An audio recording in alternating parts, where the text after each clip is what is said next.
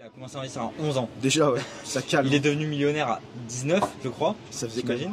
Il nous a dit, vous êtes combien? 15. Il a dit, l'un des projets les plus sérieux à qui j'ai parlé pour tout, tu vois. Donc, t'enregistres vraiment, hein, ils ont le droit de vie, de mort sur les boîtes, c'est insupportable. C'est ce que tu disais hier, où en gros, aux États-Unis, les banques vont essayer de te séduire avec du cashback et tout, ouais. Alors qu'en France, c'est complètement l'inverse. Ça te freine. Pourquoi vous avez un projet là? Mais restez tranquille, hein. N'investissez pas, vous êtes fous. Laissez sur le livret A. Travailler pour un patron pendant 30 ans et après, vous voyez. Ouais, c'est ça. Ça peut pas plus marcher. Parce qu'après, tu vas à la retraite. Et hier, les gens qu'on a rencontrés là, ça nous faisait un gros gap entre nous qui avons une boîte. Ouais. Et les mecs, c'est des freelance. Et le pire, c'est les business models où en fait, les mecs ils vont chercher une subvention d'une blockchain, ou peut-être 10 000 balles. Ah oui. En France, ils vont solo développer le projet sans forcément de business model. Et ils te disent bien, ils font de l'open source, hein. C'est noble. Ouais. En fait, le mec il paye avec la subvention. Ouais. Et derrière, le projet dure quelques mois. Parce qu'il y a après, ils n'auront pas deux fois la subvention. Ouais. Moi, ça m'a coûté quasi. La boîte dont je vous parle, la première, on a fait cette connerie. Au début, on était les quatre associés, on fait le proto, 11 ans, etc. Et on a lauréat à Lyon, on était des stars. Enfin, à l'époque, tu vois, 4 jeunes qui montent une boîte, logiciel qui plaît à Leclerc, et qui fait bon marché à Paris. On touche une subvention de 100 000 francs à l'époque, comme 100 000 euros, quoi. Avec Ronin Entreprendre. La contrepartie, on devait porter un costard de temps en temps, puis aller serrer les mains des soirées. J'étais tout content, moi j'ai un apéro là, parce qu'ils ne font pas d'histoire. Mais l'année d'après, tu n'as plus ta sub. Donc tu peux pas bâtir ton business model avec des subs. Et le problème, c'est que c'est devenu une habitude en France. Les boîtes, elles durent de 3 ans. Elles ont pris la French Tech, 25 000 euros pour démarrer. Le gars, il se dit, bah tiens, avec 25 000, je peux monter une boîte, c'est cadeau. La France, c'est le meilleur pays du monde pour investir. Non mais 25 000 euros, gars. Bah, je veux dire, pas non plus, il faut être encore chez papa, maman pour s'en sortir. Faut pas que ta femme elle te demande des trucs, faut pas que t'aies de gosse. 25 000 euros, tu peux pas vivre. Parce que pendant ce temps, tu te payes pas. Ta start-up, elle n'a pas de modèle encore. Donc tu prends 25 000. L'année d'après, bah, tu as un proto, tu t'es serré, tes potes t'ont aidé, tu as découvert tous les côtés. Allez, on va te prêter 40 000 euros, 50 000. Alors, sur 50 000, il y a 25 000 qui est cadeau, à condition que tu ne prennes pas trop de risques. Alors là, tu comprends plus. Ça, c'est la BPI. Il faut faire un truc risqué, mais il ne faut pas que ce soit risqué. Il ne faut pas que ce soit innovant. Donc, le public dit, non, c'est de l'investissement, mais ah non, mais là, votre truc, c'est innovant, faut pas. L'année d'après, tu retouches encore une sub. Mais même la boîte que j'ai eue avec moi, tout se passe bien. On s'est fait avoir. Sur 6 ans, on a été financé 3 ans par le système public. Crédit d'impôt recherche cumulé avec les subventions. Mais ça ne nous a pas rendu service. Qu'elle me dit, on aurait dû couler les 2 premières années, Bertrand. On aurait rebondi sur autre chose. Ben non, en fait, on a tenu 6 ans avec ça. Et combien qui végètent de patrons en entreprise en France, dans les startups? Surtout aujourd'hui, Web3, IA, où tout va vite. Si en fait, tu maîtrises pas tous les tenants aboutissants de la tech, en fait, tu vas que aller de hype en hype, marketing en marketing, tu chopes des subventions et derrière, t'as rien. Nous, là, l'avantage qu'on construit, c'est que on peut pivoter. Chaque truc en crypto, soit stacking, infrastructure, on maîtrise, et du coup, on peut rebondir, peu importe. C'est pas des trucs que tu builds avec le Lovable en plus.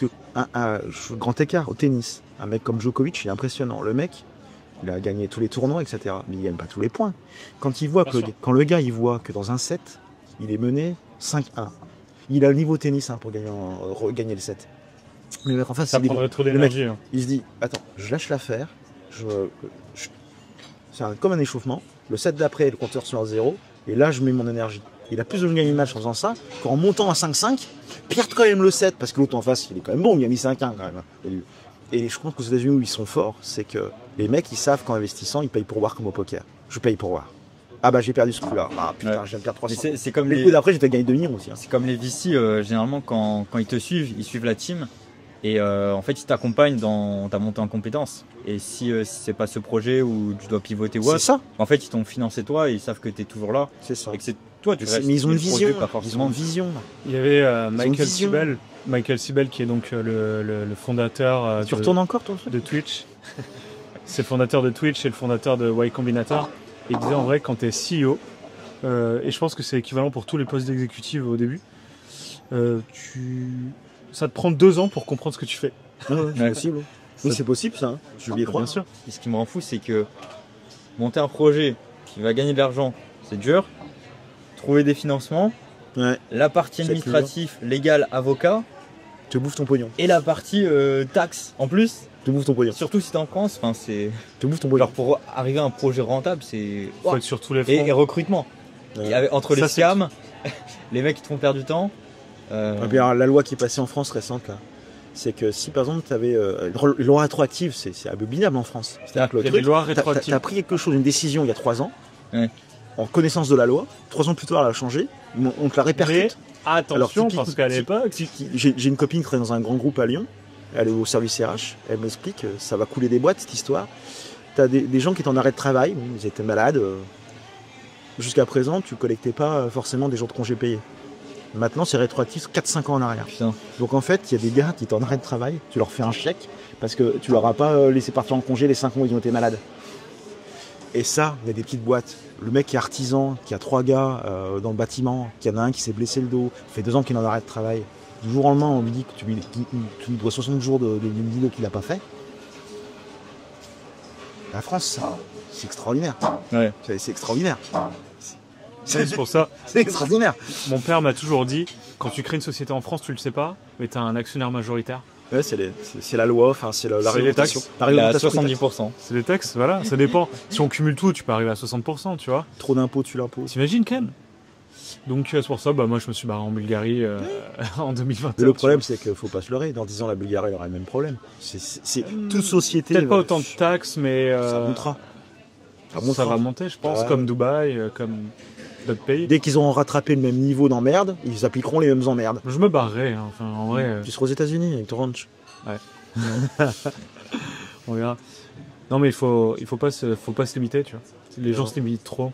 Bah, les croyances. Géographiquement. Les croyances. Plein de croyances. Tous, hein, chacun, on a notre degré de croyance. Tu sais, comme je te disais la dernière fois, là, Greg Gambato, il avait dit une seule phrase qui m'avait vraiment choqué, enfin pas choqué, mais fait réfléchir.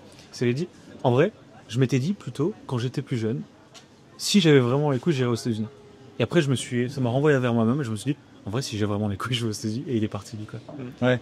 Après, je pense que nous, on est sur un stade déjà où l'expatriation, on l'a déjà fait. Bah, vous deux, oui, vous deux. C'est pas un problème pour nous. Vous deux, ouais. c'est limite une habitude maintenant.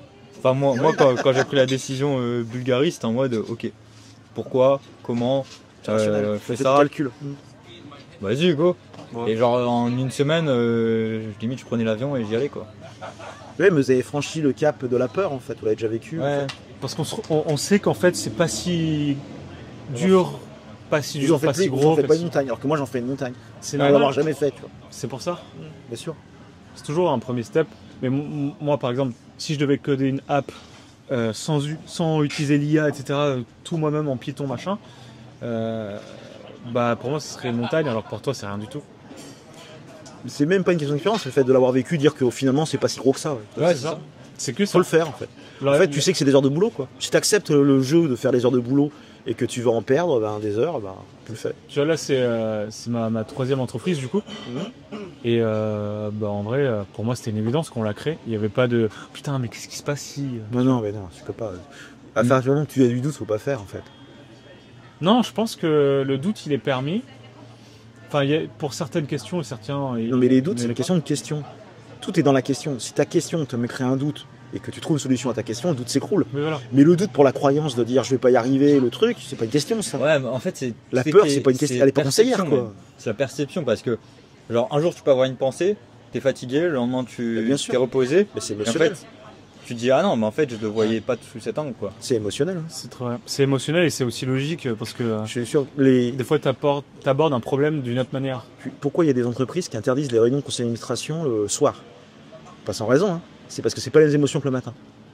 Les Ok. opérations des grands chirurgiens n'ont jamais lieu les fins d'après-midi. Et c'est pas qu'une question de fatigue. Il y a plein de choses comme ça. Et Ouais. tu regardes les boîtes américaines, la plupart ne font pas de réunion stratégique, de prise de décision sur la réunion de la boîte le soir. Oui, Ils vont boire à Lundi whisky, matin, machin, 8 heures. non mais brainstorming. Dimanche aussi, même aux États-Unis. Brainstorming, oui. Le brainstorming, tu décides pas en brainstorming. Tu dis des conneries, t'essayes, cogites, prêche le faux pour le vrai. Ok. Mais la décision formelle, elle est le matin. Putain, lundi matin, 8h. Allez, hop, réunion. Ah, c'est... Je veux rien savoir, les les gars. gars. C'est vrai que l'IA, putain, pour apprendre des choses, c'est incroyable. Moi, j'aime bien prendre Ça va, alors, ça marche pas avec tout. Tu peux pas prendre un livre qui est basé sur du storytelling, ça t'apprendra rien. Et tu prends un livre pratique, comme un livre pour du science computer, par exemple. Tu l'uploades sur ChatGPT, tu demandes de te Une faire... synthèse. Même mieux que ça. Tu demandes de t'apprendre, en assumant que tu connais rien, chapitre par chapitre, il te Qu'est-ce crée que un plan de- tu dois retenir, quoi? Putain. Et après, tu lui demandes de valider ta connaissance en te questionnant à chaque fin de ce chapitre. Ouais, c'est énorme. Et ça, moi, j'ai appris des bases de computer science comme ça, alors que je suis pas du tout en dev. Bon, Là, après, je peux pas dire que je suis technique, pas du tout. Mais c'est pas grave, ce qui compte, c'est que tu puisses discuter avec des gars comme moi. C'est ça l'intérêt. C'est que t'es un vernis, quoi. Ouais. Voilà, si tu me dis low coding language, je vais comprendre. Oui, mais que c'est pas... non, mais que t'es un vernis, que tu puisses. Oui, oui. Tu veux dire le LCL, LCL. Low Coding Language. La banque. Ils sont fonds Je parle de DRM Computing. DRM computing, direct response marketing. Non, je rigole. c'est Distribution Management Recursive. Ouais. Non, c'est pas ça. Je sais que c'est pas ça parce que t'as inversé les. For everybody. Yeah. Okay. For everybody. Take me cappuccino, please. Ah, trop sympa, il nous a demandé si on voulait boire. Et j'ai l'impression que maintenant, là, on n'entend plus parler quasiment de la notion. T'arrêtes avec ça, tu sais, de licorne. Maintenant, l'indicateur, c'est plus la boîte est petite et qu'elle fait du fric avec une petite équipe. J'ai l'impression que c'est une nouvelle mode aux États-Unis. C'est qu'est-ce que t'as itéré avec une petite équipe. C'est là le challenge. Avec tes agents IA. C'est plus de monter un Ouais, empire. bientôt ça va être ouf ça. Il y a une grosse mystification autour des emplois d'exécutifs, tu vois. Moi, par expérience, donc, comme peut-être nos téléspectateurs savent, je suis devenu CEO en janvier suite au départ de père. Ne faites pas ça, je dis que des conneries depuis tout à l'heure. Et Dis-le un peu plus proche. Je dis que des conneries depuis tout à l'heure. Je suis enregistré là, sinon plein gré. Bertrand n'aime pas qu'on l'enregistre. Pas de photos, rien. J'ai pris plein de photos, plein de vidéos. Bertrand n'est pas mon prénom. Quel est ton vrai prénom? Après, quand même, j'ai lu pas mal de livres sur ça et tout pour comprendre un peu ce qu'il fallait faire. Et au final, t'as rien de pratique en vrai. Faut juste regarder ce que les grands ils font et tu dis, ok, c'est à peu près ça qu'il faut faire. La vraie notion, c'est la responsabilité. Ouais, et en fait. Tant que t'as pas de responsabilité, ton poste il compte à rien en fait. Exactement. La responsabilité, Ça, c'est le guerre. critère numéro 1. Oui. On est d'accord. Et c'est de donner la vision et faire en sorte que ça s'applique, quoi. Mais c'est une responsabilité qu'elle s'applique. Donc c'est la responsabilité. Faut être responsable, ouais. Faut se sentir concerné. Quoi. Les gens ne se sentent plus concernés de nos jours. Parce qu'en fait, tout est tellement rapide, tout est tellement de la consommation que les gens, ils se disent, si c'est pas maintenant, c'est plus tard. De ça. En fait, c'est jamais plus tard. Parce que si t'es pas concerné, t'y arrives pas, quoi. Je lis souvent des trucs sur le management militaire qui s'appliquent de plus en plus au monde de la start-up. Parce qu'on croit que c'est psychorigide. Mais c'est que le système militaire de management, c'est vieux comme le monde. C'est-à-dire amener des mecs à donner leur vie pour aller récupérer une colline, un truc, au niveau management, c'est quand même un truc de malade mental. C'est pas de gagner un match de football, quoi. Ouais. Je veux dire, le mec, il peut rester sa vie. Mais c'est que t'as le président de la République d'un pays qui va dire l'objectif, c'est d'annexer un pays, dans le cours des siècles. Le général en chef, il va dire à ses généraux, toi, t'es de l'armée de l'air, le but, c'est que tu détruises l'aviation adverse. Ils ont chacun des missions. Et après, ça descend jusqu'au dernier petit soldat sur le truc, où lui, il y en a un, c'est prendre la colline. Et pour lui, prendre la colline, c'est de rester en vie jusqu'en haut de la colline. Donc, rester en vie jusqu'en haut de la colline, ça veut dire qu'il doit protéger ses collègues, parce que ses collègues le protègent également pour pas se prendre une balle, etc. Et que du coup, au niveau management, ils ont tout compris. Parce que ça veut dire que la mission principale devient la mission à un petit niveau de chacun. Bien sûr. Donc, tu le fais pour toi-même avant de le faire pour l'autre. Mais en faisant pour toi-même. Responsabilité. Et au final, quand tout le monde s'accapare la mission, tu vois, un Karan, où j'avais des soucis de management avec Siraj, depuis que je l'ai mis sur l'IA, le mec, c'est plus le même. Parce qu'en fait, il se dit, ça sert mon intérêt. Il se dit, ça se trouve, dans 10 ans, je suis plus chez Frigg, mais putain, je vais mettre sur mon CV que je t'avais promis à faire des trucs sur CPU, quoi, tu vois. Alors que tout le monde te dit, ouais, il faut des NVIDIA. Mais non, son CTO lui dit qu'il va me le faire sans GPU. Donc, le mec, il s'est passé d'une code d'être exécutant, quand même dit, à dire je suis acteur de ma réussite, si je réussis la boîte marche, mais mon CV aussi. Il a compris. Alors que et je trouve que le système militaire qui a plein d'emmerdes, tout ce qu'on veut, ils sont bons en management. Arrive à faire un truc que t'as pas envie de faire. C'est ce qu'il y a de plus dur au monde. Jocko Willink, il a écrit un putain de livre sur le leadership de l'armée, mais à appliquer dans le business. C'est vrai, quand tu sens que t'es concerné toi en tant que personne, tu te décuples. Moi, le projet, c'était en mode il y a l'opportunité, je vois pas pourquoi je la laisserai. Jamais pris ce genre de poste, mais je vais réussir et puis. C'est pour ça que même les contracteurs, les freelance, s'il n'y a pas la carotte, c'est dangereux, les mecs. Le gars qui te vend un forfait, qu'une fois qu'il a fait son forfait, sa mission s'arrête, ou qui vend des jours, s'il n'a pas la carotte de dire que si mon client ça marche, il va me recommander quelque chose, le mec il se sent pas concerné. Ouais. On en connaît, des mecs qui font traîner un peu, tu vois. Ouais. Après, moi, ce qui m'a toujours saoulé, c'est que quand tu regardes notamment là, maintenant c'est la mode des émissions sur comment monter sa start-up, comment trouver des fonds. C'est que quand tu expliques la réussite, les gens ils t'écoutent. T'as la science infuse, t'as réussi. Le mec a foiré, t'as toujours quelqu'un qui n'a pas fait, qui n'a jamais rien fait. Ah mais il fallait pas faire comme ça. Oui. Il y a des règles. Oui. Mais en fait, il n'y a pas de règles. Tu sais même pas pourquoi des fois ça marche. Ouais. Si, l'effort. No pain, no gain. Enfin, je veux dire, il y a une constante quoi.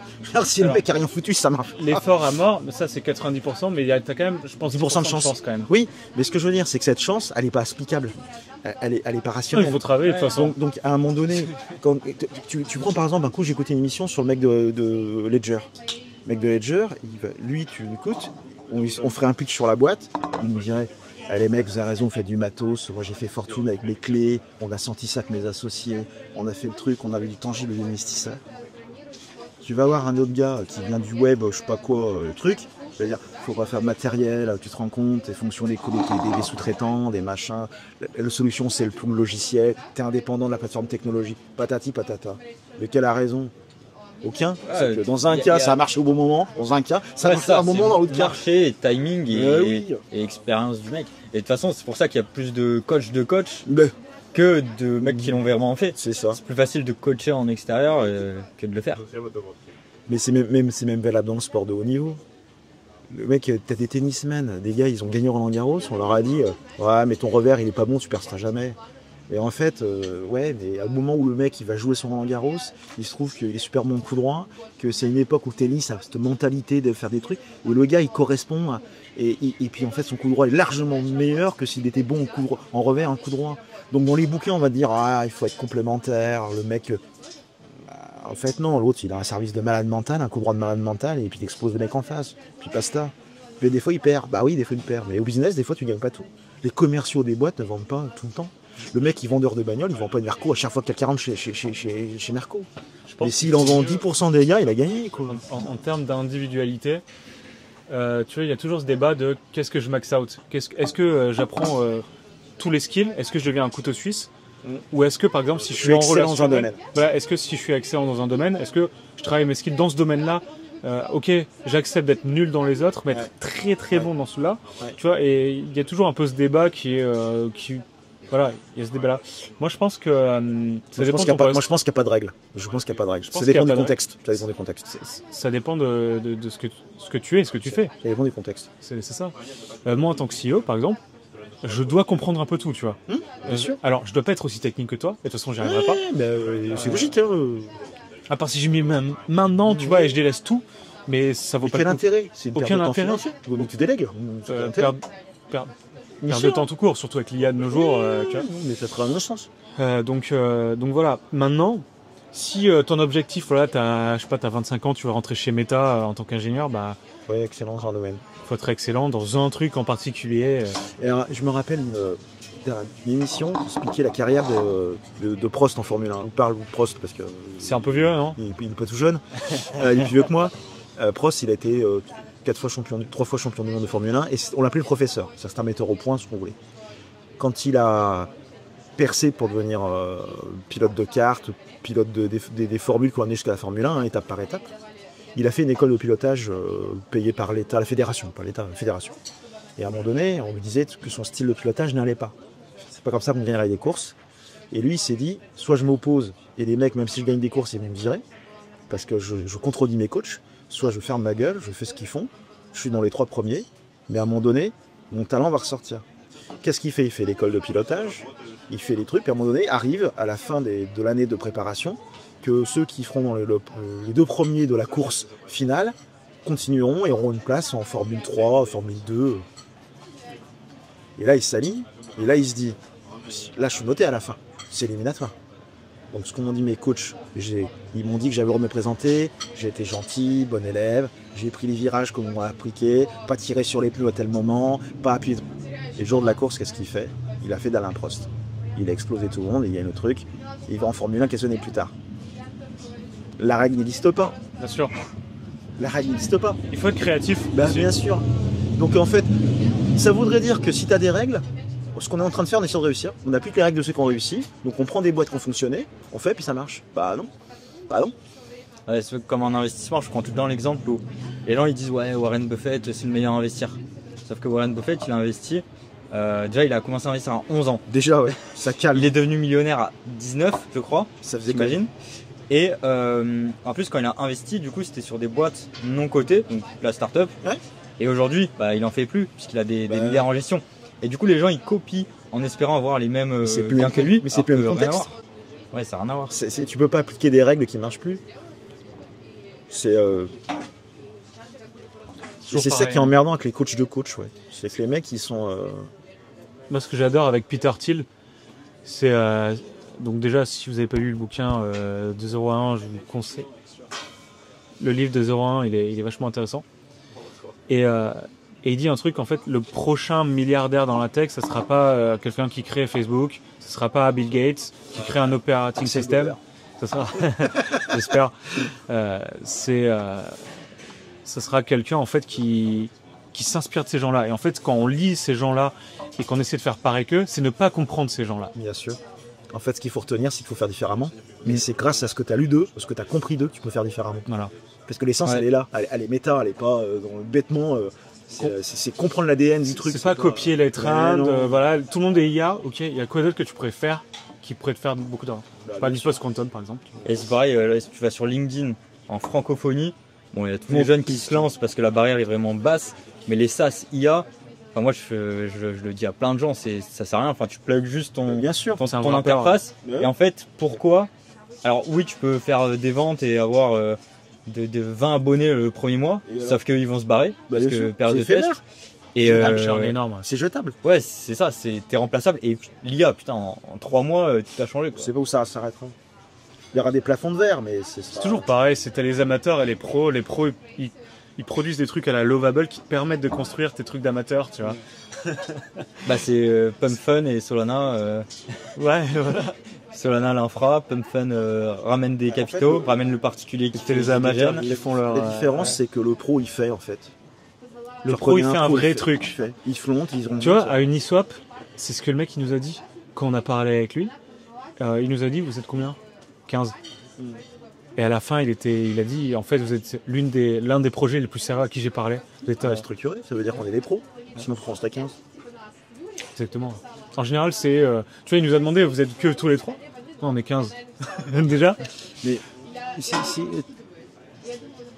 tu vas voir en France, mais je pense que c'est partout pareil. Quelqu'un, tu dis que tu as une idée et tu lui demandes du pognon, il va te dire, tu montes ta boîte, tu commences ton idée, tu reviens me voir.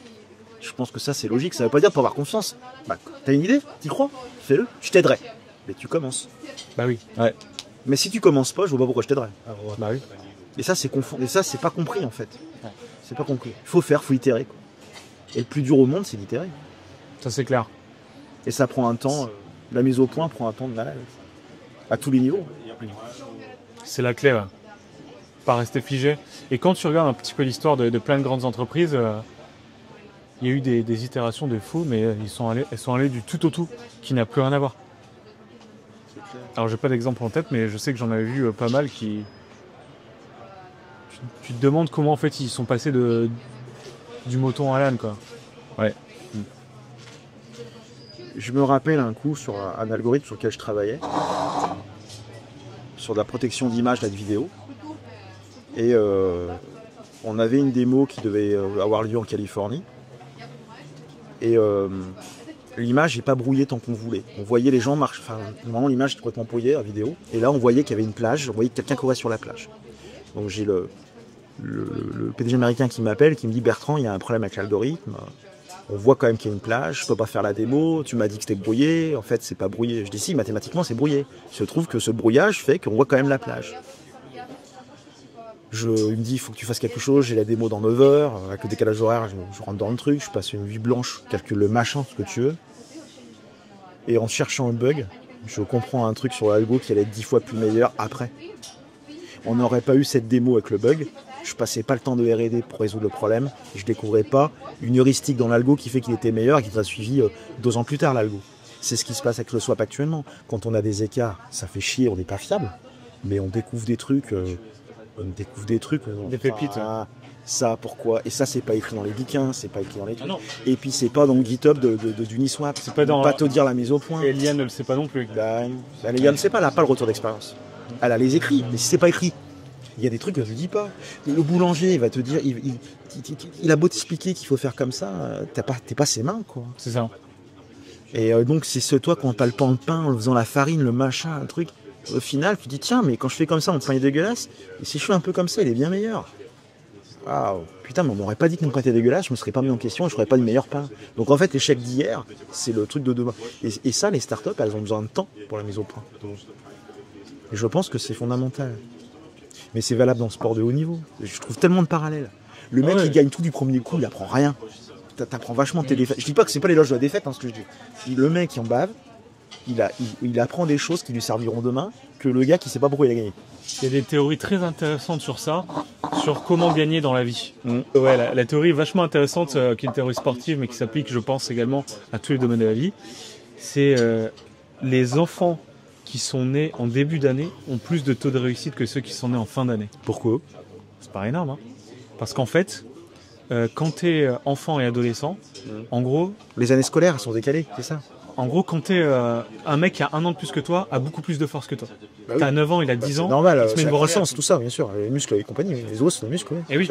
C'est logique. Et en fait, ça s'applique également en mois. Donc un mec qui est né en janvier aura beaucoup plus de force qu'un mec qui est né en décembre. Donc, de manière générale. Ça se lisse en vieillissant, mais pas au début. Bien sûr, au début, c'est que l'écart est énorme. Ce qui fait que, si par exemple tu fais du judo, ou du rugby, ou du foot, que tu es 10 fois plus fort et rapide que les autres, quand tu as 12 ans, eh bien en fait tu vas être habitué à gagner.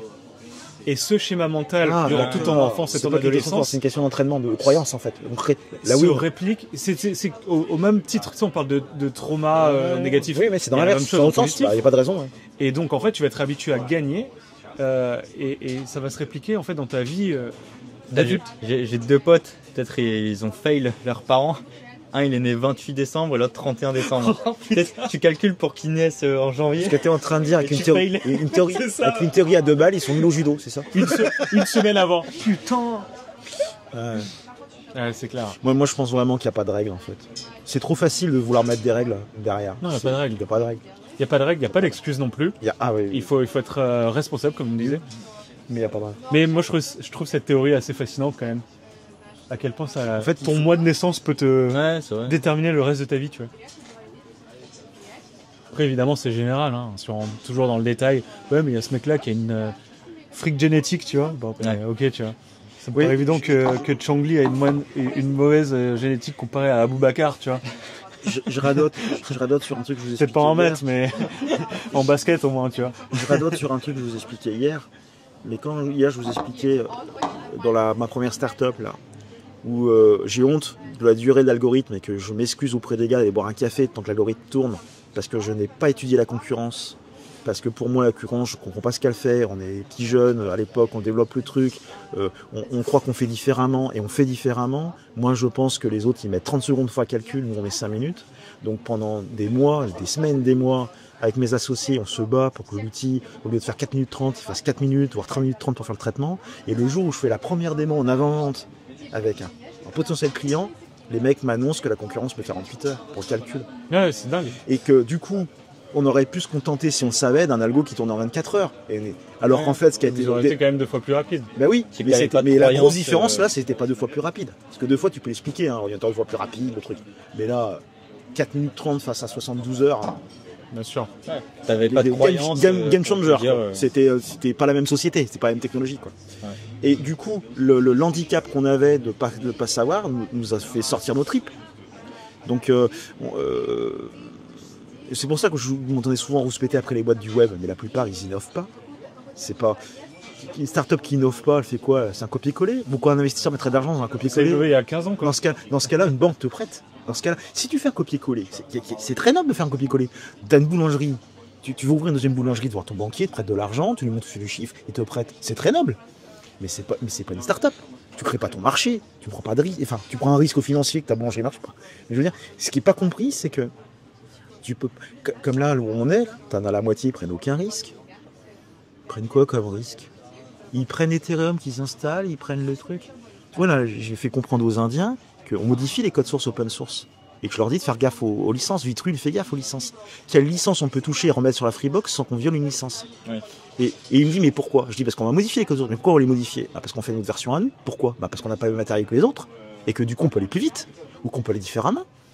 Et que ça, bah putain, c'est long à expliquer. Mais la plupart de nos concurrents, ils ne font qu'utiliser. Ouais. Alors ouais, le prix à payer, c'est qu'on a un swap qui merde, c'est sûr, hein. Je sais, que ça peut être frustrant hein, en avant-vente ou en commercial de dire le produit est pas encore stable. Mais le jour où il est, mais tu regardes en Formule 1, avant d'être champion du monde, Fury, elle gagne pas. Hein. Puis à un moment donné, pendant 6 ou 7 ans, elle est championne du monde. Mais c'est les années où elle n'a pas été qu'elle a créé ce qu'il fallait pour être champion du monde pendant 6 ou 7 ans. Et je pense que ce qu'on est en train de vivre. Donc ce qu'il faut, c'est acheter notre survie, donc lever de fonds, le temps d'arriver à ça. Ouais. Ça, c'est le Bah, on a un game moyen-long terme par rapport aux autres où ils sont court terme et ils prennent des subventions et ils développent quelques semaines. Quoi. Les subs suffisent jamais. Puis elles sont pas récurrentes, les subventions. L'avantage d'un chiffre d'affaires, c'est qu'il est récurrent. Il n'y a pas de raison qu'il ne le soit pas. Enfin, je veux dire, si on ne merde pas, il n'y a pas de raison que si un mois on fait 10 000, le mois d'après on ne fasse pas encore 10 000. Tu sais, les boîtes notamment qui ont lancé à l'époque le premier SaaS dans les logiciels de paye. Les chiffres d'affaires qui ne pouvaient que grossir. Tu as un premier client, il te commande 100 fiches de paye tous les mois. Tu as un deuxième client, il te commande 20 fiches de paye. Mais à un moment donné, ton chiffre d'affaires, il peut comment. Je n'ai pas dit ta marge, hein, mais ton chiffre d'affaires, il peut augmenter. Donc la subvention, tu l'as pas le mois d'après. Si tu l'as grillé, tu l'as plus. Et tu peux pas monter un business model sur l'assistanat. Et c'est pour ça que je pense que les boîtes US foutent une claque aux boîtes françaises et autres. C'est qu'ils savent que l'argent est éphémère et qu'il n'est pas récurrent. Alors ce qui est peut-être récurrent dans leur tête, c'est qu'une levée de fonds est faisable. Okay. Et puis tu as des paramètres extérieurs qui arrivent en permanence. Une guerre supplémentaire. C'est affreux dans le contexte qu'on est, enfin, je veux dire. Ouais. Tu vois, moi quand j'avais ton âge, on va faire le vieux con, mais quand j'avais 25 piges, il n'y avait pas de guerre. Hein. Alors il y avait des effets, des bulles internet qui sont écroulées. Ça a duré 2 mois l'histoire. Ouais. Puis t'as des gars qui, pendant que ça coule là, l'argent il est reparti ailleurs, quoi, tu vois. Là, c'est pas les subprimes, hein, c'est autre chose, hein, c'est des guerres. Quoi. Non, bon, on va y aller. Ouais, ok,